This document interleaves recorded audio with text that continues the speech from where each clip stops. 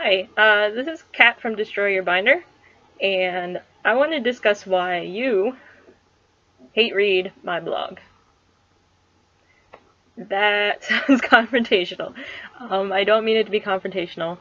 I know people who hate read my blog are out there, because I used to be a person who hate read chronically the blogs of detransitioned women, radical feminists, TERFs, and so on. I did not know why I did this until now, and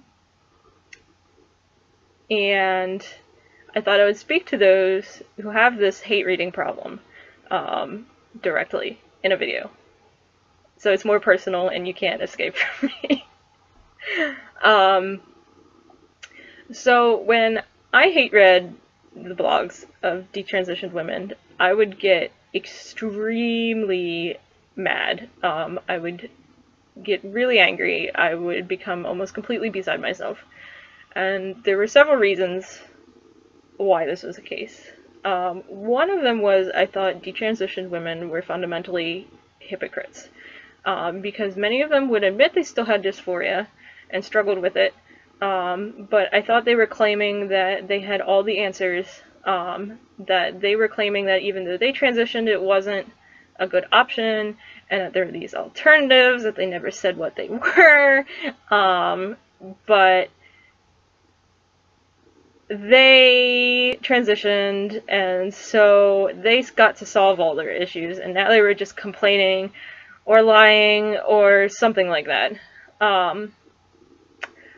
I thought maybe if they were acting in goodwill, which I was willing to maybe grant them, that they just didn't remember how bad it was to struggle with gender dysphoria, because as I said, they got to transition. So they got the bodies that they wanted. I was actually really, really, really jealous of many of these women because I was in a situation where I couldn't access transition. It wasn't covered under my medical insurance. I was still living at a home with abusive parents. I was socially very isolated, and so this was not an option for me. And they did it, and now they had the gall to feel bad that they did it. So that was a big issue, the jealousy. I also felt some kinship with them because I could understand why they transitioned. I was with them all the way through their feelings. They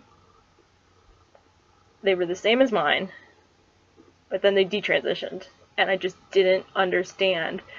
They seemed to have gotten the prize, you know, what I was yearning for, and then they gave it up. So, that was why I was angry, and I now personally know a lot of these women, and I know now that they did understand what I was going through. They didn't know me, of course, then, but I know now that they weren't lying, they weren't disingenuous, that they still struggle, but all this is still new. So of course they don't have the answers. So and now I have a completely different perspective. But then I didn't get it one bit.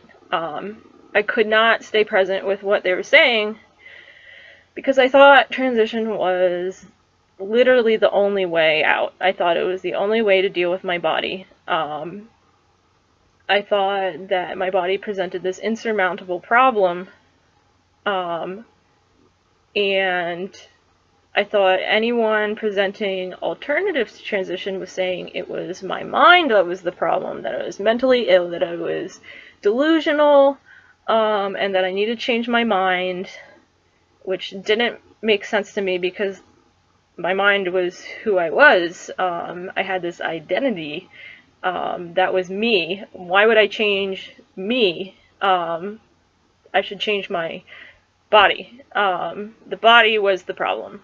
And so transition was the solution, obviously. And for these women to say that it wasn't was angering, because then I felt like I had no option whatsoever to deal with my dysphoria. I felt like if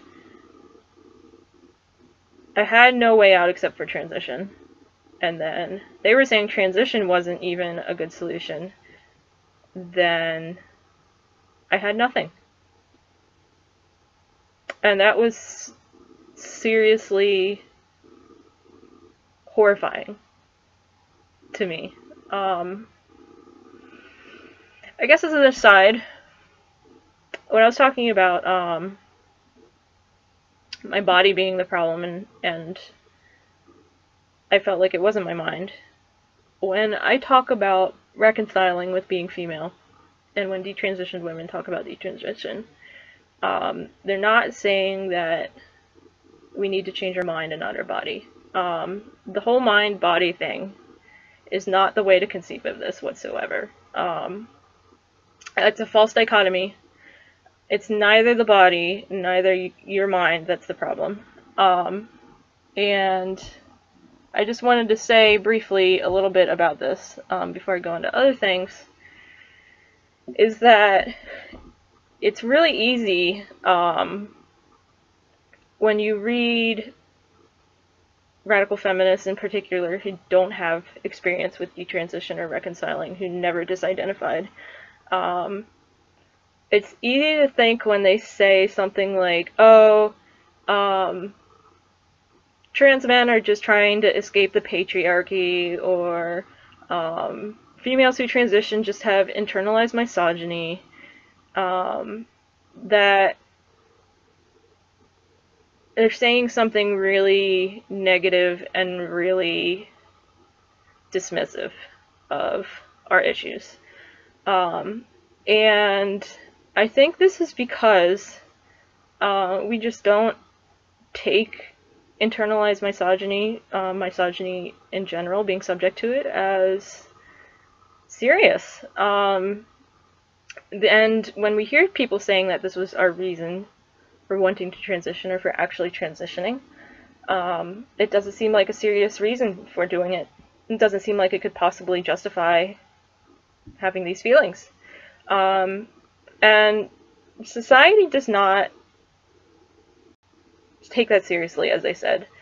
And they think that objecting to misogyny is unreasonable, that we're silly little girls and we don't have reason to begin with. So,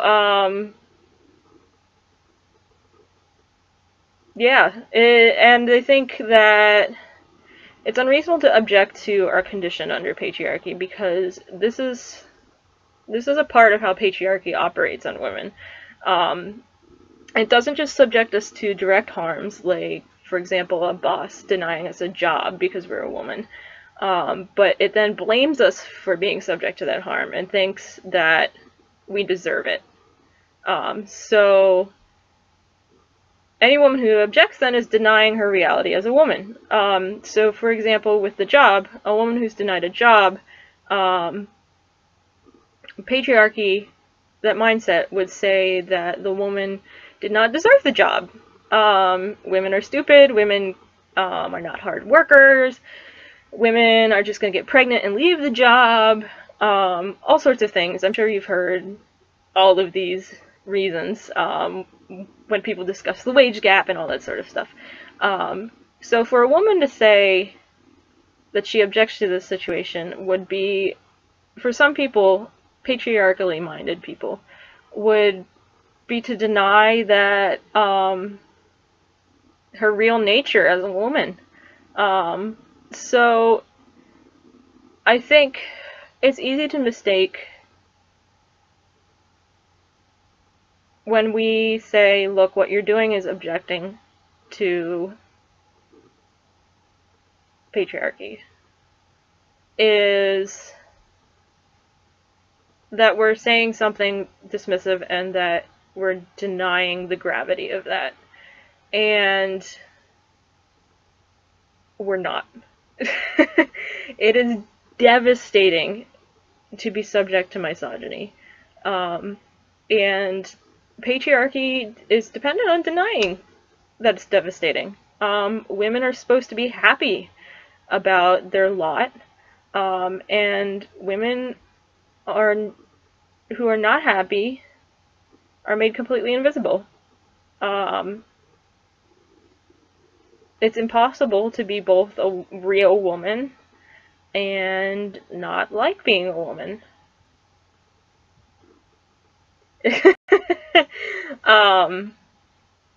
That logic may sound familiar to you. So if I say you're subject to this sort of stuff, I'm not saying you're that silly little girl. I'm not saying you deserve it. I am not saying you're delusional for thinking this way.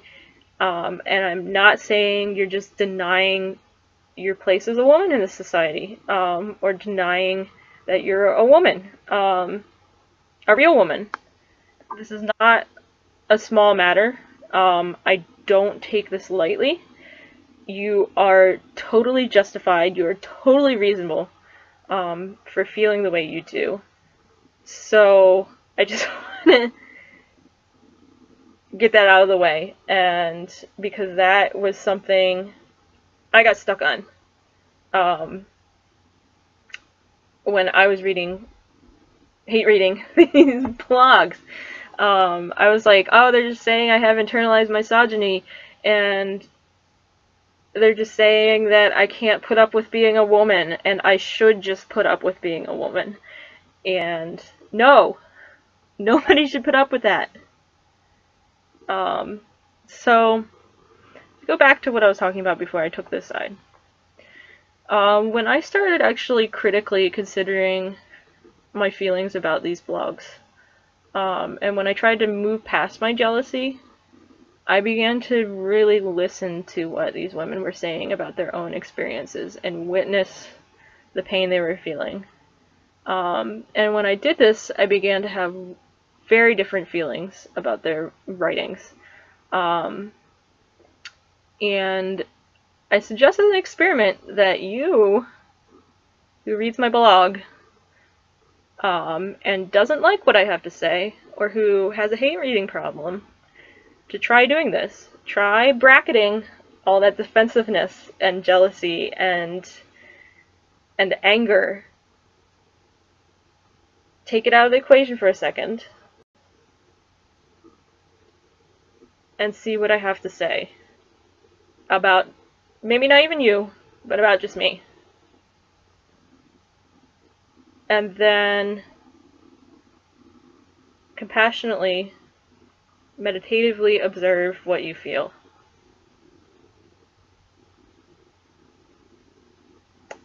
I invite you to do that. Because when I did that, I realized that these detransitioned women were saying things that I had never heard anyone say before. Because these things that they said were not permitted underneath the general narrative of what it meant to be transgender. They talked about being subject to misogyny, as I said, about the traumas they experienced, about abuse, about self-harming, about addiction, about homophobia, about all these things. And all these things I was supposed to pretend when I was trans-identified that they were totally unrelated to my trans identification and to my experience of dysphoria. It was supposed to be a coincidence that so many of us had these experiences and would maybe mention them as things that happened on the side. But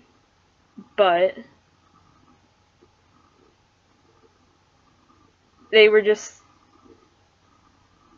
not things that went into our being trans. And if someone said that they were, it was a threat, because that could mean we would be denied transition. It meant that our pain was not real somehow. But what these women did for me was that they showed me that the pain was real without this layer of identification over it, without a layer of dissociation from that pain. And I'd seen all those things, misogyny, trauma, etc., get pushed under the rug in these trans communities, and what I really needed was to have the rug pulled away. I needed to see the demons that I had named for who they were, for what they were, because I needed to know that it wasn't just me experiencing these things, but also, you know, I could get that from the transgender community. You know, they too had dysphoria, but what I needed was that it was not just a spontaneous thing that happened because I was born with a male brain. I needed to know it was not just an internal thing that happened to us for no reason, that it was an individual experience that we all just happened to share. When I found out it wasn't,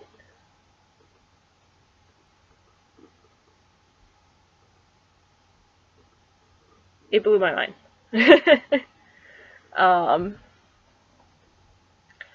Because I realize now that these women were speaking from a very deep shared experience with each other and with me. And it wasn't just the shared experience of dysphoria, or having some random medical condition. It was the experience of being female under patriarchy. That having dysphoria, that hating my body, that hating being female, not wanting to be a woman, that this was a female experience. And this was a way transitioning was, and identifying as transgender was a way that females dealt with the pressures that females are subject to under patriarchy. And once I realized that, I knew that if I let myself be honest with myself, that if I were to transition, I would end up feeling exactly as they did. And if I didn't let myself be honest about what I had experienced and where this dysphoria came from, then I could transition, but the only way I would be able to hold myself together would be constant dissociation, constant lying to myself, constant pretending, constant subsuming everything I felt underneath a narrative I didn't believe. So I guess I want to say to you, the hate reader, that if you've been able to watch this video or read the transcript, I thank you for sitting through all of this, and I hope you get something out of it. I hope you've been able to connect with me on some level, and I hope you think about that connection and why it's there.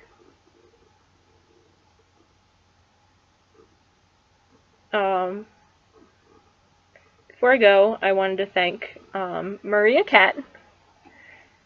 She made an excellent video about her experiences with transitioning to male and then detransitioning, and she inspired me to make another video talking about this, my experiences, and So I wanted to thank her.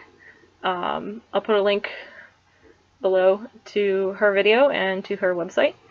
And I also wanted to thank her specifically because she was one of the women I hate read. And her piece specifically, Ice Balls, was one of the very last things I read before I decided that reconciling with being female was the right way to go. And reading it in that new spirit of connecting to another woman as a woman transformed the way I think of things. So if you want to read it, I'll also put that as a link. And I just want to thank her and thank all the other women I hate read over the years, because if I didn't, I wouldn't be here where I am now. See ya.